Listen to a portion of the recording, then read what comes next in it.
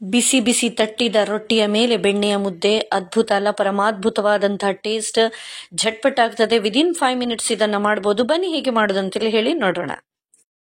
ಎಲ್ಲರಿಗೂ ನಮಸ್ಕಾರ. ಈಗಷ್ಟೇ ನಾನು ಸಂಜೆ ಶಾಲೆಯಿಂದ ಬಂದ ಹಾಗೆ ಫ್ರಿಜ್ ಅನ್ನು ನೋಡಿದೆ. ಅದರಲ್ಲಿ ನಿನ್ನೆಯ ದೋಸೆ ಹಿಟ್ಟಿಲ್ಲ, ಚಪಾತಿ ಮಾಡ್ಲಿಕ್ಕೆ ಬೇಡ, ಉಪ್ಪಿಟ್ಟು ತಿನ್ಲಿಕ್ಕೆ ಮನ್ಸಿಲ್ಲ. ಹೀಗಾಗುವಾಗ ತಿನ್ನುವುದು ಏನಪ್ಪಾ ಅಂತೇಳಿ ಹೇಳಿ ಹೀಗೆ ಅತ್ತೆಯವರಲ್ಲಿ ಕೇಳಿದಾಗ ಅತ್ತೆ ಹೇಳಿದ್ರು ಸಜ್ಜಿಗೆ ರೊಟ್ಟಿಯನ್ನ ಮಾಡುವ ಅಂತೇಳಿ ಹೇಳಿ. ಸೊ ಇವತ್ತು ಬನ್ನಿ ನಿಮ್ಗೆ ನಾನು ಝಟ್ಪಟಾಗಿ ಈ ಸಜ್ಜಿಗೆ ರೊಟ್ಟಿಯನ್ನ ಹೇಗೆ ಮಾಡುದು ಅಂತೇಳಿ ಹೇಳಿ ತೋರಿಸ್ಕೊಡ್ತಾ ಇದ್ದೇನೆ. ಇದನ್ನು ನನ್ನ ಅತ್ತೆ ಹೇಳಿಕೊಡ್ತಾ ಇದ್ದಾರೆ. ಸೊ ಬನ್ನಿ ಇದನ್ನ ಕಲಿಯೋಣ. ಸೊ ಅಡಿಗೆ ಮನೆಗೆ ಹೋಗುವ. ನಮ್ದು ಸೊ ಏನೇನೆಲ್ಲ ಇಂಗ್ರೀಡಿಯೆಂಟ್ಸ್ ಬೇಕು ಅಂತೇಳಿ ಹೇಳಿ ಇಲ್ಲಿ ಇದೆ, ಇದನ್ನ ಹೇಳ್ತಾ ಇದ್ದೇನೆ. ತೆಂಗಿನ ತುರಿ ಬೇಕು, ಅದರ ನಂತರ ಒಂದು 2 ನೀರುಳ್ಳಿ. ತೆಂಗಿನ ತುರಿ ಫುಲ್ ಬೇಕಾ? ಇದಿಷ್ಟು ಅರ್ಧ, ಇದಿಷ್ಟು ಬೇಡ, ಎಷ್ಟಂತೇಳಿ ಹೇಳಿ ಹೇಳ್ತೇವೆ.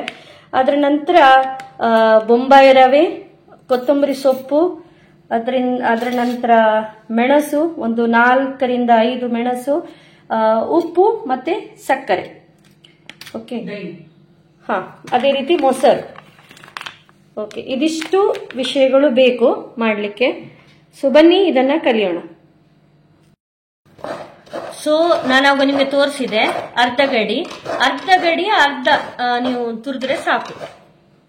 ಸೊ ಸುಮಾರು ಒಂದಿಷ್ಟು ಆಗ್ತದೆ, ಇದಿಷ್ಟು ಸಾಕಾಗ್ತದೆ.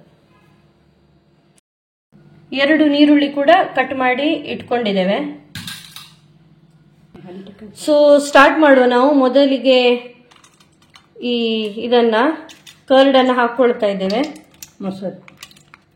ಮೊಸರನ್ನ. ಇದೊಂದು ಸುಮಾರು ಅರ್ಧ ಲೀಟರ್ ಮೊಸರಿನ ಒಂದು ಅರ್ಧದಷ್ಟು, 1/4 ಲೀಟರ್ ಅಷ್ಟು ಅಲ್ವಾ? ಅದಷ್ಟು ಮೊಸರು. ಸೊ ಅದರ ನಂತರ ಉಪ್ಪನ್ನು ಹಾಕೊಳ್ತಾ ಇದ್ದೇವೆ.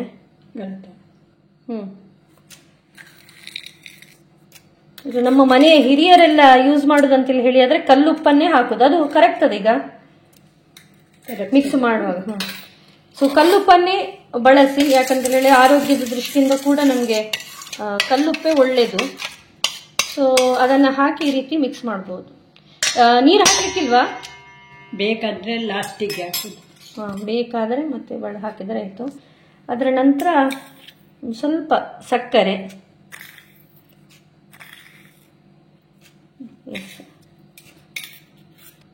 ಈ ಸಕ್ಕರೆ ನಾವು ಇದರಲ್ಲಿ ಒಂದು 3 ಸ್ಪೂನ್ ಹಾಕಿದ್ದೇವೆ. ಇದು ಚಿಕ್ಕದು, ಈ ಐಸ್ ಕ್ರೀಮ್ ಅಲ್ಲೆಲ್ಲ ಬರ್ತದಲ್ಲ ಅಂತ ಸ್ಪೂನ್ ಅನ್ನು ಬಳಸಿದ್ದೇವೆ. ಸ್ವಲ್ಪ ನಿಮ್ಮ ನೀವು ಬಳಸುವ ಸ್ಪೂನಿನಲ್ಲಿ 1 ಸ್ಪೂನ್ ಹಾಕಿದ್ರು ಸಾಕು. ಹೌದು. ಮೊದಲಿನ ಕಾಲದವರು ಏನನ್ನ ಕೂಡ ಕಟ್ ಮಾಡೋದಿದ್ರೆ, ಈಗ ನೀರುಳ್ಳಿ ಕಟ್ ಮಾಡಿರ್ಬೋದು, ಹಸಿಮೆಣಸು ಇರ್ಬೋದು, ಎಲ್ಲವನ್ನ ಕೂಡ ಈ ಮಟ್ಟು ಮಣೆಯನ್ನ ಯೂಸ್ ಮಾಡ್ತಾರೆ. ಮೆಟ್ಟು ಮಣೆ. ಆಲ್ಮೋಸ್ಟ್ ಆಲ್ ಇಂಗ್ರೀಡಿಯೆಂಟ್ಸ್ ಇದರಲ್ಲಿ ಹೋಗಿದೆ. ಕೊತ್ತಂಬರಿ ಸೊಪ್ಪು, ಹಸಿಮೆಣಸು ಕೂಡ ಸೇರಿದೆ. ಈಗ ನಾವು ರವೆಯನ್ನ ಇದಕ್ಕೆ ಹಾಕೋಣ. ಓಕೆ, ಸುಮಾರು 2 ಲೋಟ, ಒಂದು ಹದ ಲೋಟ, ಅದರಲ್ಲಿ ನಾವು ಬೊಂಬೈ ರವೆಯನ್ನ ಹಾಕ್ತಾ ಇದ್ದೇವೆ. ಈಗ ನೀರುಳ್ಳಿಯನ್ನು ಕೂಡ ಇದಕ್ಕೆ ಹಾಕ್ತಾ ಇದ್ದೇವೆ. ಒಂದು ಸ್ವಲ್ಪ ನೀರನ್ನ ಇಲ್ಲಿ ಮಿಕ್ಸ್ ಮಾಡಬಹುದು. ಸ್ವಲ್ಪ ನೀರನ್ನ ಹಾಕಿ ಹೀಗೆ ಮಿಕ್ಸ್ ಮಾಡ್ತಾ ಇರ್ಬೇಕು. ಇದು ತುಂಬಾ ತೆಳ್ಳಗೆಯೂ ಅಲ್ಲ, ತುಂಬಾ ದಪ್ಪವೂ ಅಲ್ಲ, ಒಂದು ಹದ ಇದಕ್ಕೆ ಬರುವ ಹಾಗೆ ಕನ್ಸಿಸ್ಟೆನ್ಸಿ. ಇದನ್ನ ಮಿಕ್ಸ್ ಮಾಡಬೇಕು. ಸೊ ಎಷ್ಟು ನೀರು ಹಾಕಬೇಕು? ಒಂದು ಅರ್ಧ ಗ್ಲಾಸ ಅಂದಾಜು ತಟ್ಲಿಕ್ಕೆ ಸರಿಯಾಗಿ ಒಂದು ಅರ್ಧ ಗ್ಲಾಸ್ ಅಷ್ಟು ಹಾಕಿದ್ದಾರೆ. ನೋಡಿ ನೀವು ಇದರ ಒಂದು ದೋಸೆಯ ಹಿಟ್ಟಿನ ಒಂದು ಇದನ್ನು ನೋಡಿ ನೀವು ಆ ರೀತಿ ಹಾಕಬಹುದು. ಒಂದು ಅರ್ಧ ಗ್ಲಾಸ್ ಸಾಕಾಗ್ತದೆ. ಅರ್ಧದಷ್ಟು ಹಾಕಿದ್ದೇವೆ ಈಗ. ಮತ್ತೆ ಚೆನ್ನಾಗಿ ಮಿಕ್ಸ್ ಮಾಡಬೇಕು. ಮಿಕ್ಸ್ ಮಾಡಿ ಇದನ್ನು ಒಂದು 10 ನಿಮಿಷ ಇಡಬೇಕಲ್ವಾ? 5 ನಿಮಿಷ ಸಾಕ? ಒಂದು 5 ನಿಮಿಷ ಇಡಬೇಕು. ಯಾಕಂತ ಹೇಳಿದ್ರೆ ಬೊಂಬಾಯಿ ರವೆ ಸ್ವಲ್ಪ ತರಿ ಇರ್ತದೆ. ಅದೊಂದು ಸ್ವಲ್ಪ ನೀರೊಟ್ಟಿಗೆ ಅದೇ ರೀತಿ ಈ ಮೊಸರೊಟ್ಟಿಗೆಲ್ಲ ಸೇರಿ ಒಂದು ಸರಿಯಾಗಿ ಮಿಕ್ಸ್ ಆಗಿ ಸ್ವಲ್ಪ ಸ್ಮೂತ್ಸ್ ಆಗ್ತದೆ ಅಂತ ಹೇಳಿ ನೋಡಿ. ಹೀಗೆ ಆಯ್ತಾ, ಈ ರೀತಿ ಮಾಡಬೇಕು. ಸೊ ಮಿಕ್ಸ್ ಎಲ್ಲ ಮಾಡಿ ಆಗಿದೆ, ಟೇಸ್ಟು ಮಾಡಿ ಆಗಿದೆ, ಪರ್ಫೆಕ್ಟ್ ಆಗಿದೆ. ಮತ್ತೆ ಈ ಉಪ್ಪು ಕೂಡ, ಕಲ್ಲುಪ್ಪು ಕೂಡ ಅದರಲ್ಲೆಲ್ಲ ಮಿಕ್ಸ್ ಆಗಿ ಸೇರಿ ಬಂದಿದೆ. ಒಂದು 2 to 5 minutes ಇಟ್ರೆ ಸಾಕು. ಸೊ ತುಪ್ಪದಿಂದಲೇ ನಾವು ಇದನ್ನ ಕಾಯಿಸಿ ತೆಗಿತಾ ಇದ್ದೇವೆ. ಕಾವಲಿ ಹಿಟ್ಟಾಗಿದೆ, ಬಿಸಿಯಾಗಿದೆ, ನಿಮ್ಗೆ ಗೊತ್ತಾಗಬಹುದು. ಒಳ್ಳೆಯ ಈ ಹೊಗೆ ಕೂಡ ಬರ್ತಾ ಇದೆ. ಸೊ ಇದರಿಂದ 2 ರೊಟ್ಟಿಯನ್ನ ನಾವು ಮಾಡ್ತಿದ್ದೇವೆ. ಸೊ ಆಕ್ಚುಲಿ ಮಾಡುವಂತ ಕ್ರಮ ಹೀಗೆ, ಏನಂತೇಳಿ ಹೇಳಿದ್ರೆ ರೊಟ್ಟಿಯನ್ನ, ಚಿಕ್ಕ ಚಿಕ್ಕ ರೊಟ್ಟಿಯನ್ನ ಕೈಯಲ್ಲಿ ತಟ್ಟುದು, ರೊಟ್ಟಿಯನ್ನು ತಟ್ಟಿ ಮಾಡುವಂತಹ ಒಂದು ಅದ್ಭುತವಾದಂತ ಸಜ್ಜಿಗೆ ರೊಟ್ಟಿ. ಸೊ ಕಾವಲಿ ದೊಡ್ಡ ಇದ್ದ ಹಾಗೆ ಒಂದು 2-4 ಈ ರೀತಿ ಮಾಡ್ಕೊಳ್ಬಹುದು. ಸೊ ನಾವು ಈ ರೀತಿ 2 ರೊಟ್ಟಿಯನ್ನ ಮಾಡ್ತೇವೆ. ಸಣ್ಣ ಸಣ್ಣ ಮಕ್ಕಳಿಗೆಲ್ಲ ಕೊಡುದಂತೇಳಿ ಹೇಳಿ ಆದ್ರೆ ಚಿಕ್ಕ ಚಿಕ್ಕದು ಮಾಡ್ಕೊಳ್ಬಹುದು ನಾವು. ಸೊ ತುಪ್ಪದಲ್ಲೇ ಮಾಡಿದ್ರೆ ಬೆಸ್ಟ್, ಹೋಮ್ ಮೇಡ್ ತುಪ್ಪ ಇದ್ರೆ ಅದರಲ್ಲೇ ಮಾಡ್ಕೊಳ್ಳಿ, ಒಳ್ಳೇದಾಗ್ತದೆ. ಸೊ 1 ರೌಂಡ್ ಆಯ್ತು, ಈಗ 2ನೇ ರೌಂಡ್ ಮಾಡ್ತಾ ಇದ್ದೇವೆ. ಇದನ್ನ ಏನಂತ ಹೇಳಿದ್ರೆ ಈ ಸಾರಿ ಸ್ವಲ್ಪ ದೊಡ್ಡ ಇದನ್ನೇ ಹಾಕ್ತಾ ಇದ್ದೇವೆ. ದೋಸೆಯನ್ನೆಲ್ಲ ಯಾವ ರೀತಿ ಮಾಡ್ತಾರೆ ಅದೇ ರೀತಿ. ಭಾರಿ ಒಳ್ಳೇದಾಗಿದೆ ನೋಡಿ. ಒಂದು ಆದದ್ದು ಇಲ್ಲಿ ಇಟ್ಟಿದ್ದಾರೆ, ತುಂಬಾ ಒಳ್ಳೇದಾಗಿದೆ. ಸೊ 2ನೇ ರೊಟ್ಟಿಯನ್ನ ತಡ್ತಾ ಇದ್ದಾರೆ. ಝಟ್ಪಟ್ ಮನೆಗೆ ಬಂದು ಏನ್ ಮಾಡಬೇಕು ಅಂತೇಳಿ ಹೇಳಿ ನಿಮ್ಗೆ ತಿಳಿಯದಿದ್ರೆ ಖಂಡಿತ ಈ ರೊಟ್ಟಿಯನ್ನು ನೀವು ಟ್ರೈ ಮಾಡಿ, ತುಂಬಾ ಒಳ್ಳೇದಾಗ್ತದೆ. ಸೊ ರೆಡಿ ಆಗಿದೆ ಅತ್ತೆಯವರು ಮಾಡಿದಂತ ಬಿಸಿ ಬಿಸಿ ಸಜ್ಜಿಗೆ ರೊಟ್ಟಿ. So thank you so much. ಈಗ ನಾನು ತಿನ್ಲಿಕ್ಕೆ ರೆಡಿ ಇದ್ದೇನೆ, ಬನ್ನಿ. ಇದನ್ನ ಆಕ್ಚುಲಿ ನಾನಿಲ್ಲಿ ನೋಡಿ ಇಟ್ಟಿದ್ದೇನೆ. ಈ ಹಿಂದಿನವರು ಇದನ್ನ ಬಳಸುವಂತದ್ದಿತ್ತು, ಬೆಣ್ಣೆಯನ್ನ. ಸೊ ನಾನ್ ಸಹ ಅದೇ ಟೇಸ್ಟಿನಲ್ಲಿ ತಿನ್ನುವ ಅಂತೇಳಿ ಹೇಳಿದ್ದೇನೆ. ಸೊ ನೆಕ್ಸ್ಟ್ ಇದಾಗ್ತಾ ಇದೆ, ನೆಕ್ಸ್ಟ್ ರೌಂಡಿನ ರೊಟ್ಟಿ.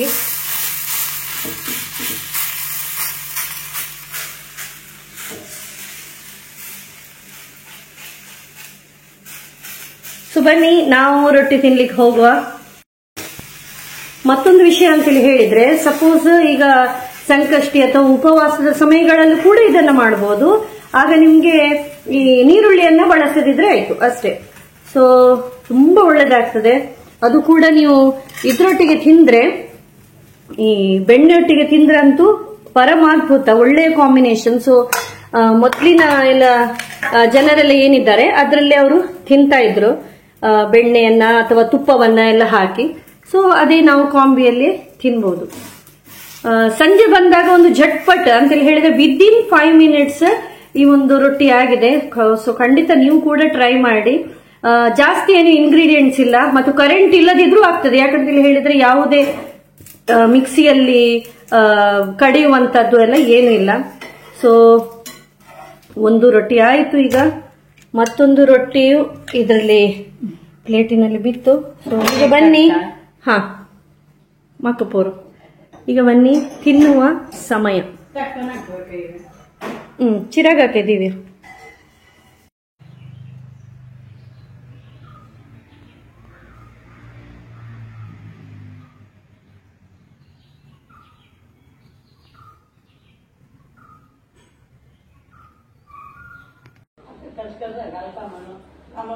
ಸಿಕ್ಕೊಂಡಿಲ್ಲ, ಕರ್ಕಳ ಸಿಕ್ಕಿಲ್ವಾ? ಸಜ್ಜಿಗೆ ರೆಡಿ ಗೊತ್ತು ನಂಗೆ. ಕರಿ ಕರಿ ಸಜ್ಜಿಗೆ ಕಾಯಿನಾದೆ ಕೊಡುತ್ತೆ ಗಂಟೆ ಯಾವತ್ತೆ ಒಟ್ಟು ಯಾವಡ ಪ್ರೀತಿ ಕೂಡ ಜನಕ್ಕೆ ಅಂದಿದ್ದು ನೇಜಾಂಕ ಸುಳ್ಳು ಮಾಡಿಲ್ಲ ಗಂಜ ಜನಕ್ಕೆ ಪಿಯ खारकर खाण जर आपको कसं चटणी आहे त्या कसं नाही ना कशी खावे लोण इवन पण एक एक्स्ट्रा टेस्ट शिवाय थांबतो ऍक्च्युली असतं टेस्ट काढते दित ना एका गला तू माझ्या नशी त्याला रे राशीची जाव का म्हणणं पण आहे तुला जनातली एक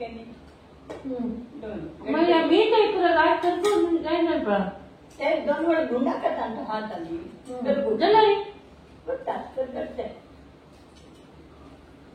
ಹೀಗೆ ಮಾತಾಡ್ತಾ ಮಾತಾಡ್ತಾ ಅದು ಎಷ್ಟು ಝಟ್ಪಟಾಗಿ ಮಾಡಿದ್ವೋ ಹಾಗೆ ಝಟ್ಪಟಾಗಿ ಫಿನಿಶ್ ಕೂಡ ಆಯ್ತು, ಸೂಪರ್ ಆಯ್ತು.